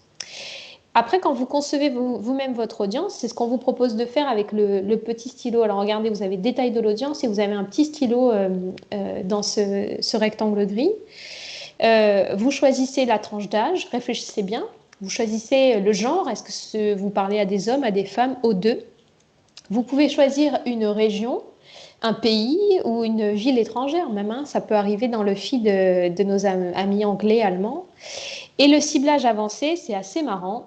vous pouvez rentrer aussi des centres d'intérêt. Par exemple, vous cherchez des gens qui sont branchés par le vin, je sais pas, la food. Vous pouvez rentrer comme ça des centres d'intérêt et forcément, Facebook va se charger d'aller le mettre que chez les personnes concernées. Là où c'est un peu flippant et un peu génial, mais quand même un peu flippant, c'est que vous pouvez aussi aller chercher des données démographiques, par exemple des personnes qui viennent de se fiancer ou de se marier, et vous verrez, ou des célibataires, vous avez ce genre de données. Si les gens ont renseigné ça sur leur profil Facebook, Facebook cible de cette manière-là. Bah, ça peut valoir le coup sur comment on dirait, des lunes de miel ou des séjours demande en mariage, engagement. Vous pouvez avoir quelque chose comme ça. Là, il me proposait des suggestions, maison, beauté, aromathérapie, musique classique. C'est ce qu'il sait du profil concerné, il va le proposer. Alors, on vous donne une audience qui est potentielle, hein. C'est difficile à atteindre, mais ça vous donne une idée. Il faut regarder ça. Alors, c'est aussi revu en fonction du budget que vous allez mettre. Ce que vous conseille Facebook, c'est de faire des campagnes d'au moins 4 jours. Après, sur le budget, vous faites vraiment en fonction de vos moyens. Ne vous prenez pas la tête. Simplement, le budget, il va décider de l'audience que vous allez toucher. Et ça, il va vous le dire en direct. Si vous mettez 10 euros, combien de personnes vous allez toucher? Et en fait, si l'audience potentielle, c'est 6000 personnes, même si vous arrivez à convertir que sur quelques pourcents de ces 6000 personnes, c'est déjà pas mal. Donc, vous pouvez vraiment en avoir pour votre argent. Bien sûr, plus vous mettez des sous et plus la campagne est grosse, mais ça ne veut pas forcément dire que vous allez convertir. Donc, je vous conseille toujours de commencer avec une petite dotation pour tester si la publication, le message que vous avez boosté prend. Est-ce que ça marche ou pas? Peut-être qu'avant de mettre beaucoup de sous sur une campagne, il faut d'abord jauger, est-ce que j'ai bien dit quelque chose d'intéressant? Est-ce que le chemin jusqu'à moi, il est bien fait? Est-ce que j'ai mis le bon bouton? Est-ce que ma page Internet, elle est suffisamment bien faite pour que ça convertisse? Il faut réfléchir à tout ça. Donc, vous commencez avec une petite dotation. Et si ça a bien marché, alors là, oui, vous pouvez même la renouveler, cette campagne, jusqu'à ce que ça ne marche plus. C'est intéressant. Alors, vous voyez, à gauche, on vous dit placement, Facebook, Messenger, Instagram. Ça, c'est ce qui est super avec la régie Facebook, c'est que vos contenus, ils vont être mis sur tous ces supports. Facebook, Messenger, Instagram. Une même publicité, elle va être répartie partout. Et vous avez, je vous l'ai mis à droite, la possibilité de voir à quoi ça va ressembler sur les différents supports. Vous cliquez sur voir tous les aperçus et ça va vous montrer sur un fil d'ordinateur, sur un mobile, sur Instagram, en story Instagram. Et ça vous permet donc d'aménager, d'agencer votre publication pour que sur tous ces supports, elle ait vraiment la tête que vous voulez qu'elle ait. C'est-à-dire, est-ce qu'on comprend bien mon message? Est-ce que mon exergue est bien fait? On comprend bien de quoi je parle? Est-ce que la photo, elle est assez percutante? Est-ce que le lien, le bouton, c'est vraiment ça que je veux mettre, etc. Prenez un petit peu de temps là-dessus. Mais une fois que c'est lancé, ça travaille pour vous et ça va chercher les profils qui vous intéressent. Ça, c'est un bon canal d'acquisition. Alors, c'est un peu rageant parce qu'il faut payer Facebook. Rappelez-vous que Facebook, c'est une solution qui est gratuite et qui permet de faire du business gratuitement. Alors, quand même, ils se sont aménagés quelques zones pour eux où ils gagnent un peu de sous. Encore une fois, ce n'est pas la peine de dépenser des 1000 et des 100 si vous ne les avez pas. Commencez avec des petites dotations et prenez toujours le temps de débriefer, de voir si ça a bien marché ou pas. Voilà pour le boost. Est-ce que vous avez des questions avant qu'on passe au dernier chapitre et au dernier quart d'heure ensemble? Je vais regarder. Attendez, on va couper le partage. Je ne vous entends pas, ma chère Audrey. Pardon. Je disais, on a pas mal de questions. On va commencer par les plus récentes parce qu'il y en a pas mal. Elia pose la question, peut-on programmer un post en avance sur Facebook et Insta? Par exemple, je voudrais poster une fois par semaine, mais pas en prospection ou pas le temps en saison. Alors oui, ça fera l'objet du 3e chapitre sur la programmation. Évidemment, c'est quelque chose que je vous conseille. Je vais vous en parler justement dans le prochain chapitre. Ensuite, il y a Audrey qui posait la question du boost. Est-ce qu'il est entièrement payant? Sachant qu'elle complète en disant j'ai déjà accès à Facebook Business avec la portée de chacune de mes publications sans payer. Donc le boost est donc un moyen de cibler davantage. Oui, le boost cible et travaille pour vous. C'est-à-dire qu'à partir de ce que vous avez renseigné en termes d'audience, il va vraiment aller chercher les profils qui vous intéressent pour leur distiller le message que vous avez envie de leur donner. Donc, c'est un moyen d'acquérir de nouveaux profils en réalité. Le jardin de Tess, où trouve-t-on les boosts sur la page Facebook? Alors, vous l'avez soit sous les publications que vous avez faites, c'est un rectangle bleu avec marqué Boost ou Promouvoir aussi. Et vous avez aussi dans le menu à gauche, il me semble, de votre page professionnelle, justement un rectangle Promouvoir. Ah oui, si on peut regarder. Voilà. Là, vous voyez ce Promouvoir-là. Là. Ce promouvoir-là, il va concerner soit je veux promouvoir ma page, ça se fait aussi, là, il vous le propose. Est-ce que je vais attirer plus de visiteurs sur mon site internet? Vous voyez, donc vous êtes guidé à chaque fois, hein, il faut vous laisser guider. Vous renseignez votre URL et il fait un lien vers votre site internet. Vous pouvez booster une publication en particulier. Vous pouvez aussi booster votre page. C'est ce qu'il y a de plus coûteux. C'est-à-dire booster une page, ça va vous coûter 50 €. Je crois que c'est le budget minimum, il est un peu plus costaud que sur des publications. Bah, c'est simplement votre page qui passe avec la possibilité de s'abonner. Donc, il faut chercher. Et vous voyez, vous avez ce système d'objectifs. Est-ce que je veux recevoir des appels? Est-ce que je veux obtenir plus de prospects? C'est assez bien fait, la régie pub Facebook. C'est très intuitif. Ça vous donne des étapes. Vous remplissez tout. Vous vous demandez bien ce que vous voulez dire à chaque fois. Et ça travaille pour vous.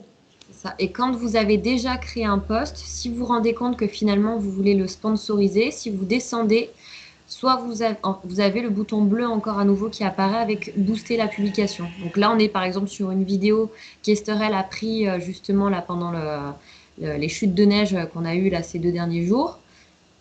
Vous avez juste à cliquer ici, ça nous ramène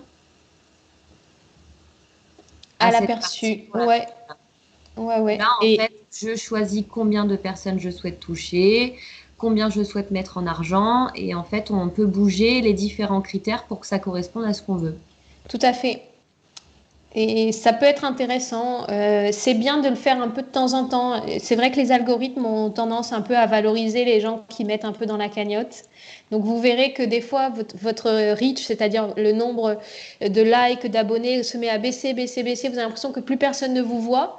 Vous faites un petit boost des familles et d'un coup, tout revient, la lumière revient. Bon, ça fait partie de la vie des réseaux sociaux. C'est pas très joli. Mais ça arrive. Ne déprimez pas si d'un coup vous avez l'impression que vous n'arrivez plus à avoir de likes, etc. C'est le quotidien. Hein. Ça arrive très souvent que ça fasse un peu ça, quoi. Hein. Donc là, on vous donne l'exemple, Analou le disait tout à l'heure, sur le contenu.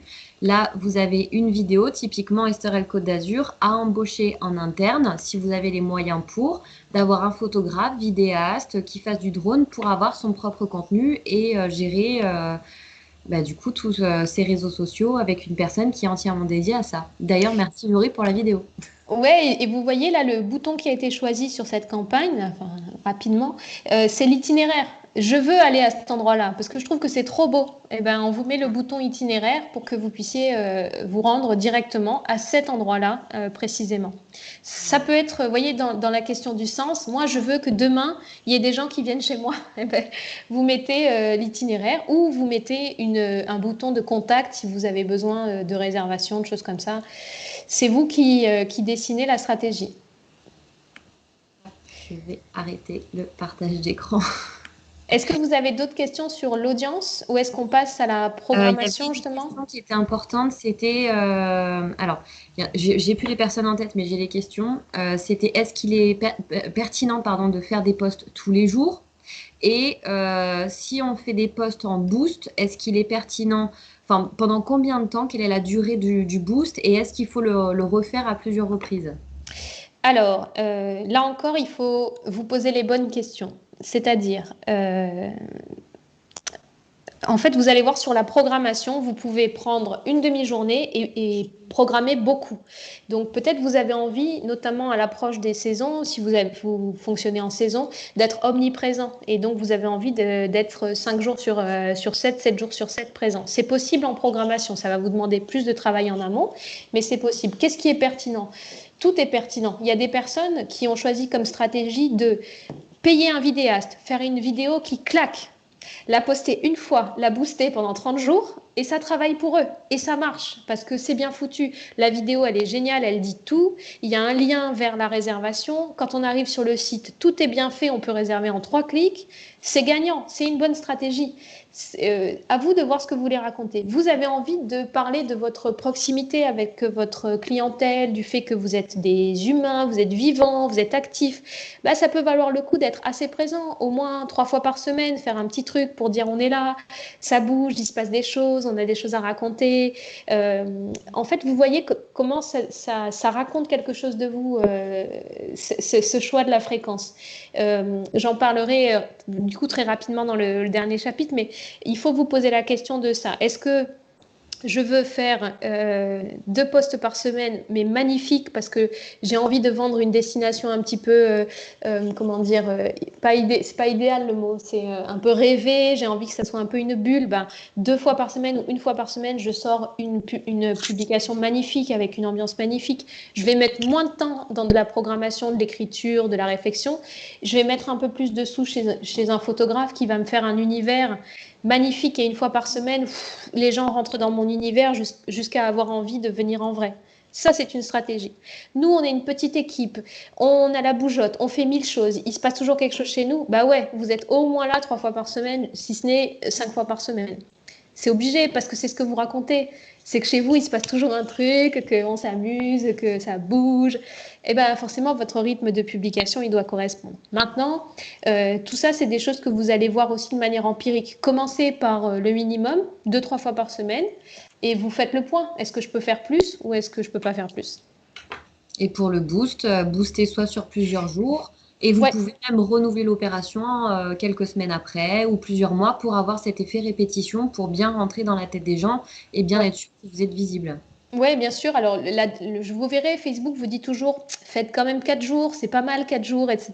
Bon, en même temps, si vous faites la promotion d'un truc qui va se passer dans 2 jours et que vous voulez juste terminer de remplir, vous faites 2 jours, peu importe. Et ça va quand même travailler pendant 2 jours et toucher un max de gens.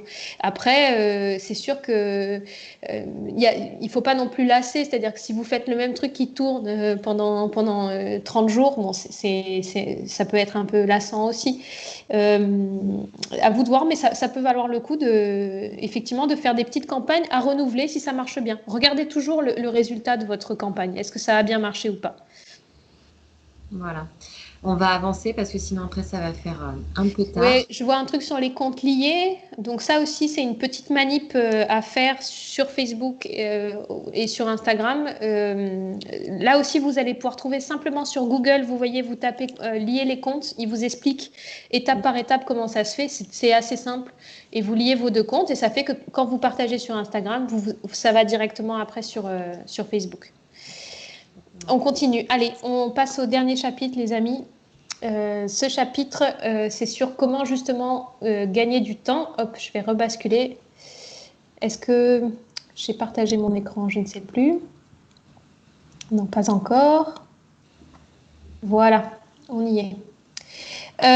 Gagner du temps ou du moins ne pas en perdre, c'est justement la question de la programmation. Alors, je vous rappelle le process que vous pouvez mettre en place dès aujourd'hui. Petit 1, vous allez déterminer votre ligne éditoriale. Qu'est-ce que je vais raconter? Je vous ai donné plusieurs exemples possibles. Là, on est sur un domaine qui fait du vin. Et ben, le lundi, il va publier une photo des vignes avec un verre. Peut-être qu'il va dire joyeux lundi, ou est-ce peut-être qu'il va dire, il va faire un focus sur ce cépage en particulier. Peut-être qu'il va parler de ce vin qui vient de sortir. Ça, c'est lundi. Mercredi, on va faire un petit tips sur les bouchons en liège. Pourquoi on les utilise, comment on les fabrique, où est-ce qu'ils vont se fournir en bouchons en liège, c'est important. Et le vendredi, ils vont faire un focus sur ce raisin, ce cépage-là, où ils vont montrer un geste qu'ils font au quotidien. C'est une ligne éditoriale. Il y a du paysage, il y a des petits tips et il y a du geste ou du terroir. On apprend des choses, ça donne envie de mieux connaître ce domaine-là. Autre possibilité, avoir une ligne éditoriale qui est quasiment que visuelle. Là, vous voyez, on raconte qu'on est dans un camping, on vient entre copains, il y a du soleil, il y a la mer, on est dans une ambiance, on raconte au quotidien que c'est ça l'expérience que vous vendez. Et donc ça, c'est vraiment une approche complètement visuelle. C'est possible, c'est pas mal de travail parce qu'il faut toujours que vos visuels correspondent, mais en fait, vous vendez cette expérience-là au quotidien. Autre possibilité, je suis un hôtel, je montre les chambres, comment elles sont faites. Je parle aussi du cadre, on est en Provence, vous pouvez aller voir les champs de lavande en juillet. Et je montre mon super petit déjeuner Instagrammable. Celui-là, si vous l'avez, je compte sur vous pour le publier puisque je pense que vous ne serez pas déçus du résultat. Grosso modo, publier des jolies photos de plats. Si vous êtes restaurateur, c'est absolument indispensable de faire de très belles images d'assiettes et de food. Ça marche très bien. Et puis, a fortiori, les bébés animaux. Donc, si vous avez un petit déjeuner avec un bébé chat, normalement, vous cassez Instagram, je vous le dis. Non, je plaisante, bien sûr. Là, vous avez une ligne éditoriale possible, c'est-à-dire on raconte un hôtel avec des installations, un petit déjeuner de rêve et puis un cadre qui est cool. Donc, tout ce qui n'est pas dans la ligne éditoriale que vous allez lister, donc ça peut être plein de choses. À nouveau, réfléchissez à ce que vous racontez. Est-ce que je parle de mon équipe, je parle de mes installations et je donne de l'information? Est-ce que je fais toujours un petit tip, c'est-à-dire une petite astuce, un truc à savoir sur le domaine de métier? Est-ce que en étant un restaurant, c'est un coup la salle, un coup l'assiette ou que des assiettes? Votre ligne éditoriale, qu'est-ce que vous racontez au quotidien? Tout ce qui ne rentre pas dans cette ligne éditoriale, vous le passez sur Instagram en story. Sur Facebook, ça existe aussi désormais la story. Ce sont des contenus éphémères qui autorisent à ce que ça soit un peu moins chiadé, un peu moins soigné que sur le feed, que sur les publications. Vous pouvez faire des lives, vous pouvez faire aussi des choses un peu coulisses, ça peut être un peu moins bien cadré, ça peut être un peu plus souriant, parfois un peu plus délirant même que ce que vous faites en publication. C'est une petite soupape pour donner du contenu et qui ne rentre pas dans votre ligne édito. C'est super intéressant les stories aussi. Pourquoi? Parce que c'est vachement vu, c'est très très vu. Vous verrez qu'une publication, une des personnes qui est là disait ouais, je peux voir la portée de mes publications. Une publication, vous allez avoir, je sais pas, une 30, 50 likes. Vous allez avoir une story avec 600, 700 vues. C'est très très vu les stories. Donc ça peut valoir le coup aussi de doubler une publication en story, du moins sur le message. Si vous avez un truc important à dire, vous les utilisez. Là, je vous ai montré une petite fonctionnalité des stories Instagram. Vous pouvez rajouter plein de choses, c'est assez amusant. La localisation, mentionner des gens, mettre un hashtag, ça vous avez compris, ça sert à être partagé. Si vous mentionnez quelqu'un, la personne peut partager votre story, ça peut être intéressant. Vous pouvez mettre de la musique, vous pouvez mettre des gifs, des petites animations rigolotes. Attention, n'en abusez pas, parce qu'en fait, ça abîme la qualité de votre image ou de votre vidéo. Vous pouvez aussi mettre des sondages ou des questions ou des quiz. Alors ça, c'est super pour travailler avec votre communauté, être en contact avec elles, peut-être qu'elles ont des préférences. Vous allez changer quelque chose dans votre établissement, vous pouvez consulter votre communauté. Qu'est-ce que vous préférez, vous? Vous préférez telle ou telle couleur, tel ou tel motif? C'est un moyen de discuter en direct avec votre communauté. Et pourquoi ça vous fait gagner du temps de travailler comme ça? C'est parce que vous pensez ligne éditoriale, feed et donc vitrine, quelque chose que vous allez pouvoir programmer qui va tourner tout seul et qui va avoir du sens. Et vous avez cette soupape story pour tous les contenus qui ne rentrent pas trop dedans et qui sont un peu quotidiens et qui ne vous prennent pas la tête. De toute façon, si ça ne va pas, vous supprimez et au bout de 24 heures, ça se supprime tout seul. À savoir que vous pouvez aussi les archiver, c'est ce qu'on appelle les stories à la une. Je ne sais pas si vous l'avez déjà vu. Sur un profil Instagram, ce sont les petits ronds qui sont archivés à la une. Voilà, ça permet simplement de garder certaines stories sympas. Le cas d'école pour vous, vous avez les clients qui ont fait des stories cet été, ils vous ont identifié. Vous les avez partagées, vous pouvez les archiver comme un petit album photo de toutes les stories de vos clients de l'été. Et donc, on peut choisir une photo de couverture, on peut mettre un petit titre. Ça peut être sympa de les garder comme ça à la une pour montrer que les gens qui sont venus chez vous sont contents. Le 4 février prochain, avec VAR Tourisme, vous avez une masterclass sur l'outil qui s'appelle Swello. C'est un outil de programmation que j'utilise moi, donc je voulais vous en dire deux mots. C'est Jonathan Noble qui animera cette masterclass le 4 février prochain. Vous pouvez vous inscrire pour découvrir l'outil complet. Du coup, je vous en parle dans les grandes lignes. Si ça vous intéresse, je vous invite à assister à la masterclass. c'est un outil de programmation qui sert à quoi, Swello? En fait, vous avez tous vos comptes sociaux qui sont préparés. Ça peut être Facebook, Instagram, LinkedIn, etc. Et vous avez la possibilité, effectivement, comme vous demandiez, mademoiselle, tout à l'heure, de rentrer vos photos, vos légendes, vos emojis, vos identifications, vos hashtags. Qu'est-ce qui est super cool, c'est que en fait, Swello va vous donner une note pour votre publication, va vous dire attention, là il y a un peu trop de hashtags pour Facebook, ça va pas trop vous aider. Attention, le texte est un peu long, ça risque de pas être très percutant sur Instagram. Attention, il n'y a pas d'identification, c'est dommage, vous n'êtes pas allé identifier quelqu'un d'autre, ça va vous faire perdre en référencement. Et vous avez une note qui est guidée pour améliorer vos publications. Vous les programmez.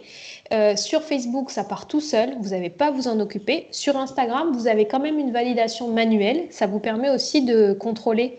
Je vous donne un exemple. Si vous programmez au long cours et qu'arrive une pandémie mondiale et que vous avez laissé vos contenus genre super vacances dans le Var, youpi, alors que le monde entier est en train de vivre une crise sanitaire, vous avez l'air un peu con.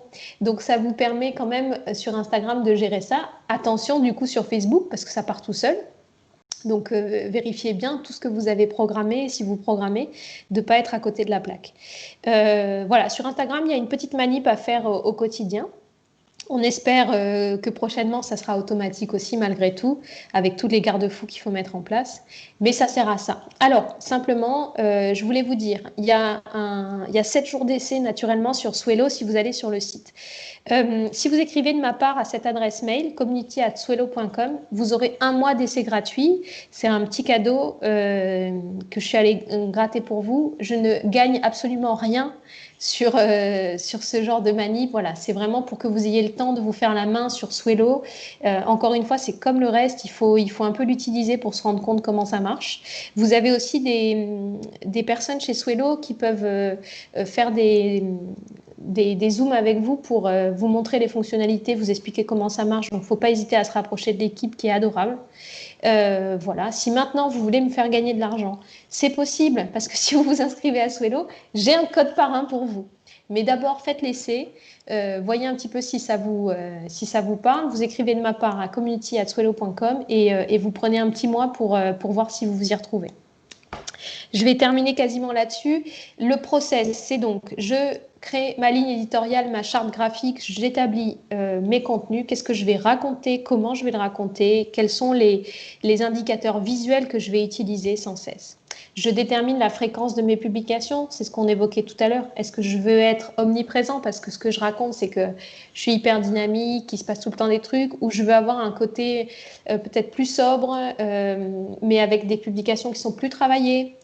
À vous de choisir votre fréquence. Il n'y a aucune obligation. C'est vrai que il faut quand même vous dire, allez, 2 fois par semaine, peut-être 1 fois par semaine, c'est peut-être le minimum. Je travaille mes visuels, mes légendes, je programme mes contenus et je prends du temps pour travailler sur ma communauté, leur répondre, répondre aux commentaires, aimer leurs commentaires, répondre aux messages privés. Vous pouvez aussi avoir une messagerie automatique juste pour les faire patienter. Et augmenter l'audience en allant chercher des profils qui me ressemblent. Alors, en termes de temps, c'est quoi? La première partie, c'est absolument indispensable de vous y coller dès aujourd'hui si vous avez le temps et de prendre le temps. Franchement, c'est pas du travail perdu, c'est pas du temps perdu de définir ce que vous allez dire de vous, comment vous allez le dire, c'est quoi votre identité. La programmation, vous prenez une demi-journée par mois, vous pouvez programmer le mois entier, voire même 2 mois selon la fréquence des publications. Et ensuite, vous y pensez plus, ça tourne. Sur Instagram, vous avez juste le matin ou le soir. La question que vous allez peut-être me poser, c'est quand est-ce qu'il faut publier? Ça revient souvent.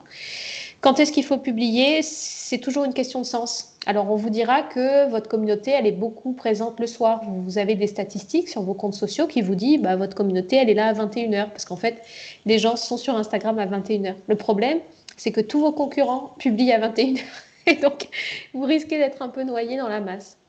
Donc, vous faites selon votre propre utilisation, puisque vous savez, vous, comment ça marche dans votre milieu. Vous pouvez faire des tests aussi. Est-ce que j'ai plus de réservations quand je publie le vendredi avant le week-end ou plutôt le lundi quand les gens ne pensent qu'à une chose, c'est de retourner en week-end? Ça, il faut le tester. Est-ce que j'ai plus de répondants quand je publie à 8 heures, quand les gens se lèvent et vont travailler parce qu'ils ont envie de penser à autre chose, ou plutôt le soir quand ils sont en famille et qu'ils cherchent ce qu'ils vont aller faire pour les vacances. Faites des tests, essayez des trucs et puis vous allez suivre votre communauté. C'est elle qui va vous guider en fait. Mais pour la programmation, vous prenez une demi-journée par mois et vous programmez tout et vous vous retirez ça de l'esprit.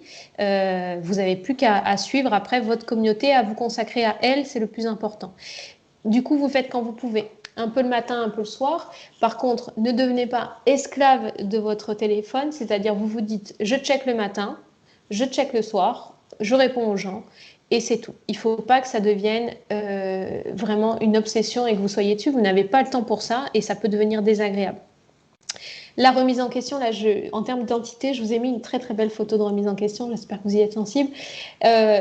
Faites des tests, essayez, tentez des choses parce que vous allez voir, c'est un milieu où vous avez beaucoup de rapports sur ce que sont les algorithmes, à quoi ça sert, ce qu'il faut faire pour être bien vu, publier à certains moments, faire ci, faire ça, sauf que ça change tout le temps et vous n'avez pas le temps de monter en expertise sur ça.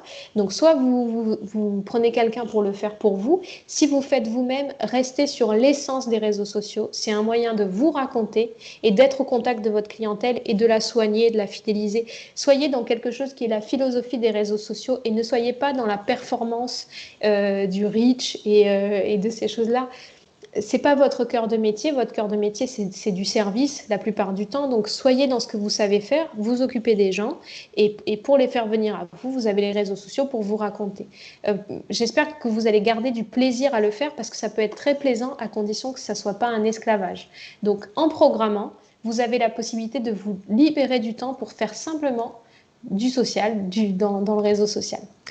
Une dernière chose, ça c'est les choses importantes pour vos profils. Il faut juste que vous mettiez toujours vos profils à jour. Donc vous faites attention à votre photo de couverture, votre photo de profil, vos horaires. Faites attention à vos horaires qui soient bien à jour sur Google et sur Facebook et sur Instagram.